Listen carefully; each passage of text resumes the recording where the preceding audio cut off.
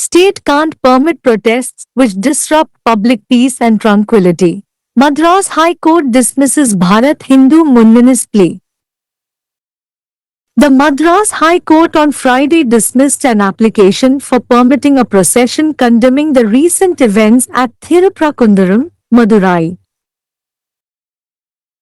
Justice G.K. Ilanthiraiya observed that for the incidents that happened in Thiruprakundaram, resolutions had already been passed between the concerned parties before the RDO and there was no need to conduct another procession in Chennai to condemn the incidents. The court highlighted that the state could not permit any form of protest which disrupted the public peace and harmony. The court highlighted that unity in diversity was the strength of the country and government had to maintain the harmony among the different religions. So far, Hindu, Muslim and Jain have cohabited the hill peacefully, respecting the wishes of each other. In fact, the unity in diversity is the strength of our nation and the government has to maintain harmony among all the communities and religion. Therefore, the government shall ensure that religious sentiments and beliefs of any community will not be harmed in any manner and shall not allow anybody to affect the peace and harmony, the court said. The orders were passed on a plea by S. Yuvraj, Deputy District President of the Bharat Hindu Munnani, North Chennai, seeking directions to the Commissioner of Police and the Inspector of Police, Flower Bazar Police Station, to permit the Munnani to take out a procession on 18 February, with a veil, spear often associated with Lord Murugan, from Igambeshwara Temple to Sri Muthukumasamu Kovil Devasthanam Rasappa Street in Chennai to show solidarity with the protesters in Thiruprakundaram. Hill Row. The Thiruprakundaram Hills, which is home to both the Kasivishwanatha Temple and a Sikandar Dargah, has recently become the eye of the storm after animal sacrifices were prohibited in the Dargah. A video was also widely circulated showing a group of individuals consuming non-vegetarian food at the hill. This led to wide controversy, with Hindu groups planning a protest against the same.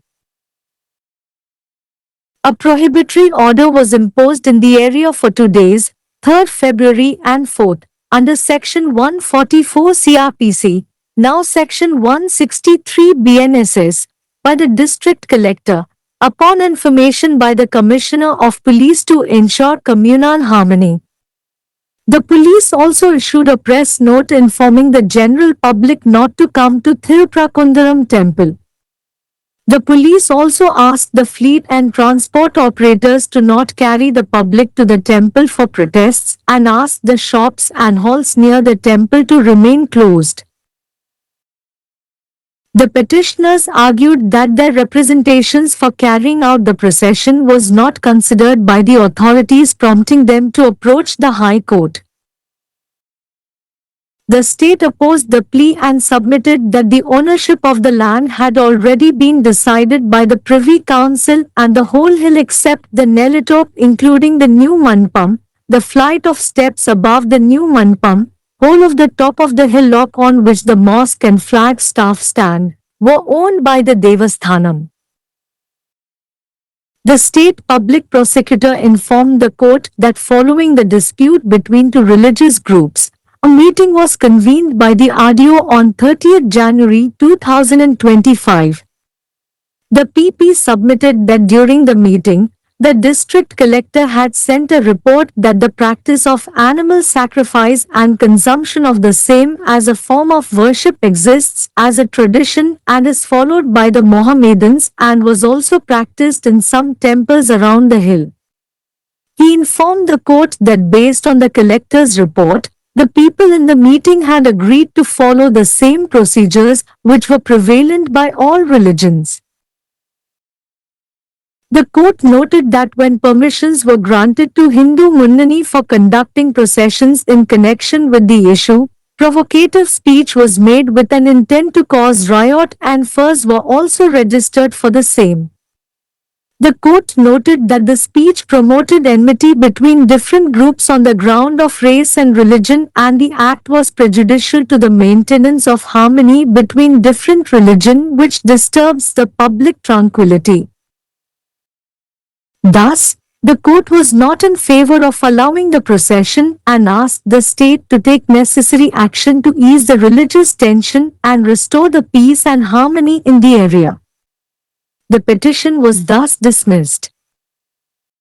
Case title: S. Yuvraj be the Commissioner of Police and another. Case No. W.P. No.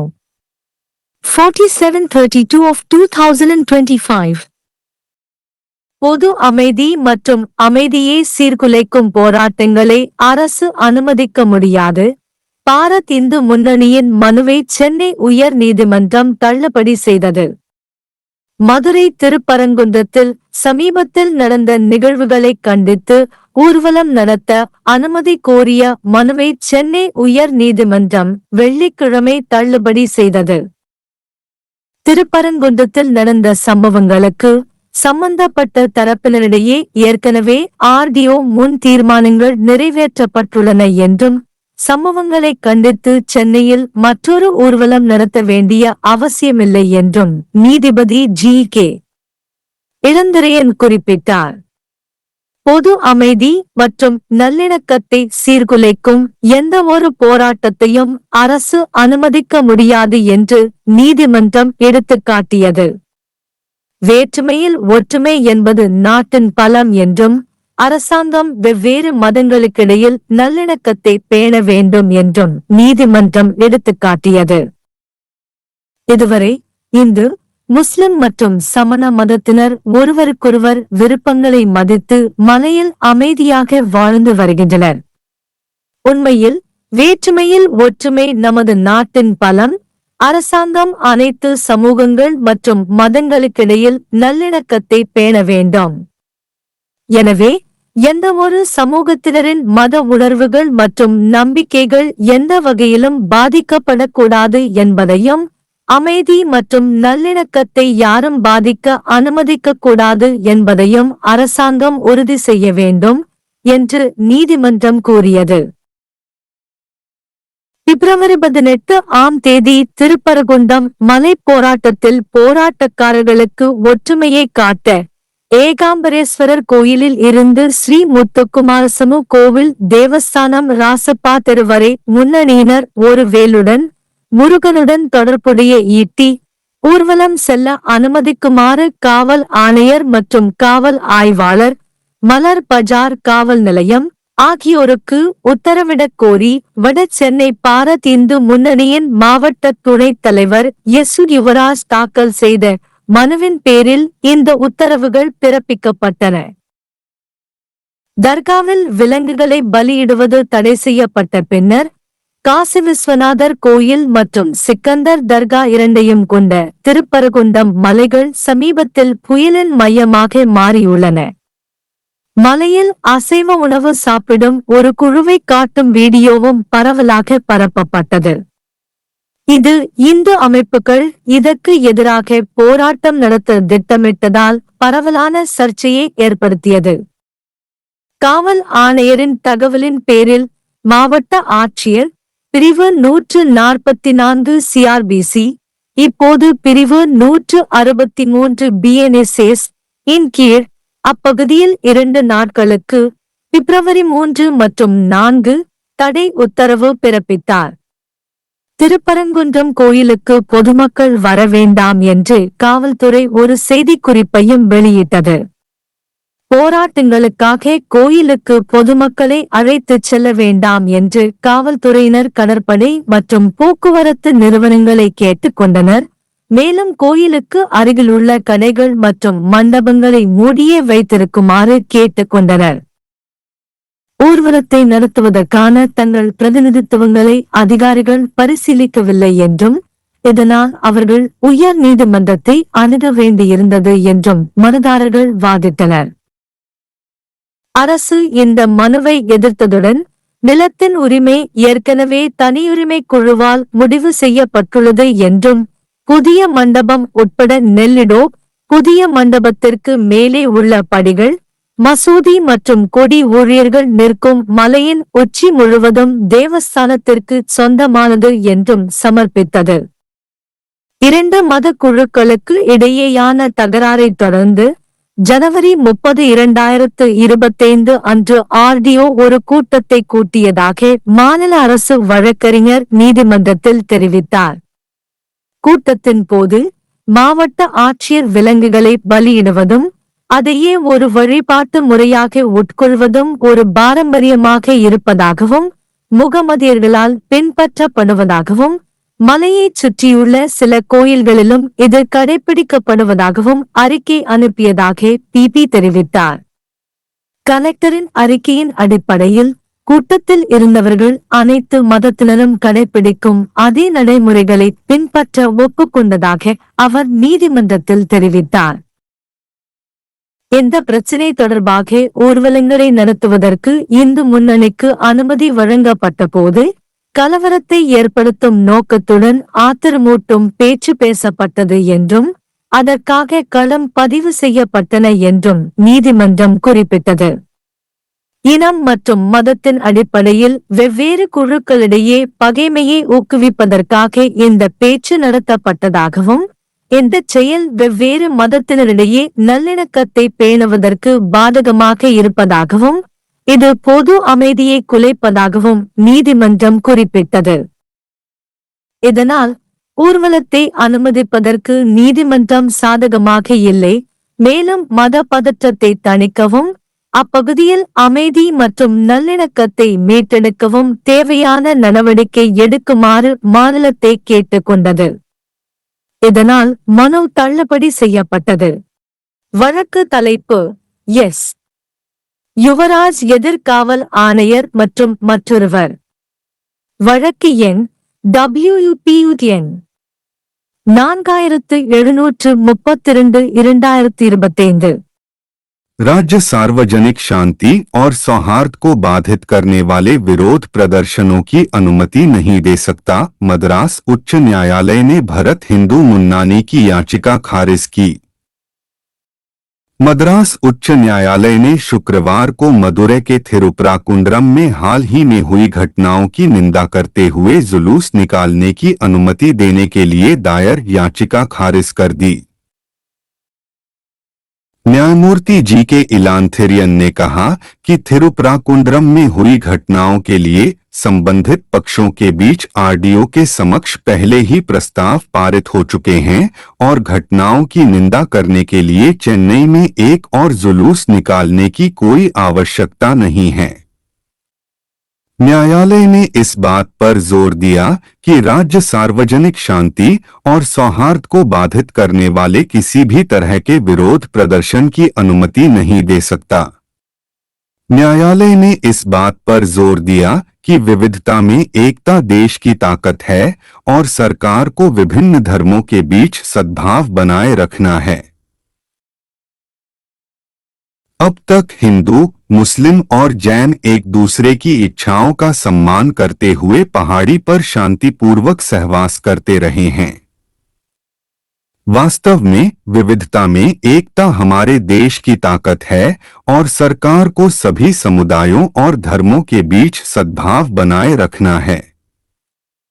इसलिए सरकार यह सुनिश्चित करेगी कि किसी भी समुदाय की धार्मिक भावनाओं और विश्वासों को किसी भी तरह से नुकसान नहीं पहुंचाया जाएगा और किसी को भी शांति और सद्भाव को प्रभावित करने की अनुमति नहीं दी जाएगी, अदालत ने कहा। भारत हिंदू मुन्नानी उत्तरी चेन्नई के उप जिला अध्यक्ष एस युवराज की याचिका पर यह आदेश पारित किए गए, जिसमें पुलिस आयुक्त और पुलिस निरीक्षक फूल बाजार पुलिस स्टेशन को निर्देश देने की मांग की गई थी कि वे मुन्नानी को 18 फरवरी को चेन्नई में एगंबरेश्वर मंदिर से श्री मुथुकुमार सामू कोविल देवस्थानम रसप्पा स्ट्रीट तक वेल भगवान मुरुगन से जुड़ा भाला के साथ जुलूस निकालने की अनुमति दें, ताकि थिरुपराकुंड्रम हिल विवाद में प्रदर्शनकारियों के साथ एकजुटता दिखाई जा सके। थिरुपराकुंड्रम हिल्स जो काशी विश्वनाथ मंदिर और सिकंदर दरगाह दोनों का घर है। हाल ही में दरगाह में पशु बलि पर प्रतिबंध लगने के बाद तूफान का केंद्र बन गया है। एक वीडियो भी व्यापक रूप से प्रसारित किया गया था, जिसमें पहाड़ी पर मांसाहारी भोजन खाने वाले व्यक्तियों का एक समूह दिखाया गया था। इससे व्यापक विवाद पैदा हो गया और हिंदू समूहों ने इसके खिलाफ विरोध प्रदर्शन की योजना बनाई। सांप्रदायिक सौहार्द सुनिश्चित करने के लिए पुलिस आयुक्त की सूचना पर जिला कलेक्टर ने धारा 144 सीआरपीसी अब धारा 163 बीएनएसएस के तहत 2 दिनों 3 और 4 फरवरी के लिए क्षेत्र में निषेधाज्ञा लागू की। पुलिस ने एक प्रेस नोट भी जारी किया, जिसमें आम जनता को थिरुपराकुंड्रम मंदिर में न आने की सूचना दी गई। पुलिस ने बेड़े और परिवहन संचालकों से भी कहा कि वे विरोध प्रदर्शन के लिए लोगों को मंदिर में न ले जाएं और मंदिर के पास की दुकानों और हॉल को बंद रखने को कहा।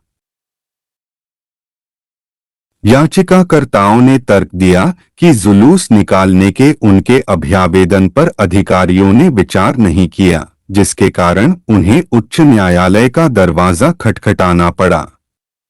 राज्य ने याचिका का विरोध किया और कहा कि भूमि का स्वामित्व पहले ही प्रिवी काउंसिल द्वारा तय किया जा चुका है और नेल्लीटोप को छोड़कर पूरी पहाड़ी, जिसमें नए मंडपम के ऊपर की सीढ़ियां, पहाड़ी की पूरी चोटी जिस पर मस्जिद और ध्वज स्तंभ खड़े हैं, देवस्थानम के स्वामित्व में है। राज्य लोक अभियोजक ने अदालत को बताया कि 2 धार्मिक समूहों के बीच विवाद के बाद 30 जनवरी 2025 को आरडीओ द्वारा एक बैठक बुलाई गई थी। पीपी ने प्रस्तुत किया कि बैठक के दौरान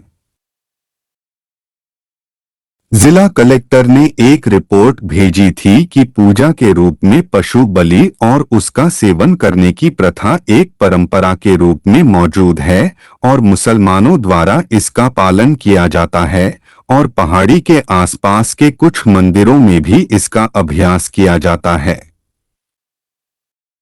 उन्होंने अदालत को बताया कि कलेक्टर की रिपोर्ट के आधार पर बैठक में लोगों ने उन्हीं प्रक्रियाओं का पालन करने पर सहमति व्यक्त की थी जो सभी धर्मों में प्रचलित हैं। अदालत ने कहा कि जब इस मुद्दे के संबंध में जुलूस निकालने के लिए हिंदू मुन्नानी को अनुमति दी गई थी, तो दंगा भड़काने के इरादे से भड़काऊ भाषण दिया गया था और इसके लिए एफआईआर भी दर्ज की गई थी। अदालत ने कहा कि भाषण ने जाति और धर्म के आधार पर विभिन्न समूहों के बीच दुश्मनी को बढ़ावा दिया और यह कृत्य विभिन्न धर्मों के बीच सद्भाव बनाए रखने के लिए हानिकारक था, जो सार्वजनिक शांति को भंग करता है। इस प्रकार न्यायालय जुलूस की अनुमति देने के पक्ष में नहीं था और उसने राज्य से धार्मिक तनाव को कम करने तथा क्षेत्र में शांति और सद्भाव बहाल करने के लिए आवश्यक कार्रवाई करने को कहा। इस प्रकार याचिका खारिज कर दी गई। केस का शीर्षक एस युवराज बनाम पुलिस आयुक्त और अन्य। केस संख्या W.P. 4732/2025।